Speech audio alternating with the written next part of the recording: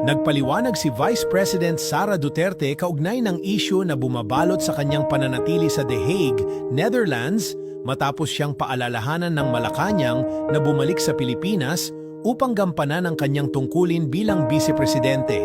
Nilinaw ni VP Sara na hindi niya balak na manatili roon at ang kanyang pamilya at trabaho ay nananatili sa Pilipinas.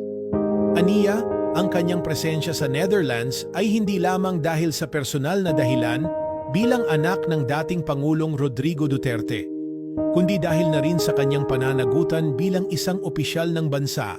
Nasa The Hague si VP Sara upang personal na samahan ang kanyang ama na inaresto ng International Criminal Court dahil sa kasong Crimes Against Humanity kaugnay ng kampanya laban sa droga noong kanyang administrasyon. Ayon kay VP Sara, bilang isang Pilipino at kasalukuyang Vice-Presidente, nararamdaman niyang may tungkulin siyang protektahan ang karapatan ng isang kababayan na ngayon ay nakakulong sa isang banyagang detention center. Binigyang diin niya na hindi niya nakakalimutan ang kanyang mga obligasyon sa Office of the Vice President. Araw-araw umano silang nag-uusap ng kanyang mga kasamahan sa opisina at patuloy na gumagana ang kanilang mga programa, lalo na ang mga nakatuon sa edukasyon ng mga kabataan. Inamin ni VP Sara na hindi biro ang ginagawa niyang pagbalanse sa sitwasyon, ang pagtulong sa ama sa kinakaharap nitong kaso at ang patuloy na pagsisilbi sa bayan bilang Vice-Presidente. Aniya, sanay siya sa ganitong klase ng multitasking, lalo na't naranasan na niya ito noong siya ay alkalde pa ng Davao City, kung saan araw-araw niyang hinaharap ang samut-saring problema ng lungsod.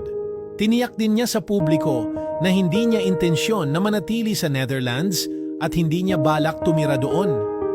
Nais niyang klaruhin na ang tanging dahilan ng kanyang pagpunta sa The Hague ay para tumulong at tiyakin na maibalik ang kanyang ama sa Pilipinas bilang isang Pilipino na dapat humarap sa sariling hustisya ng bansa.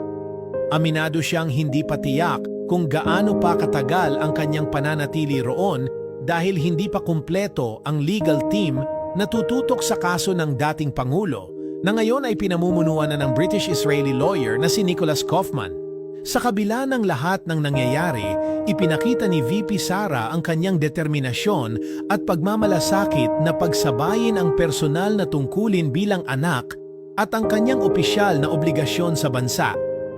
Aniya, hindi niya kailanman tatalikuran ang kanyang mga responsibilidad sa Office of the Vice President at patuloy siyang magsisikap na mapanatili ang serbisyo para sa sambayanang Pilipino saan man siya naroroon.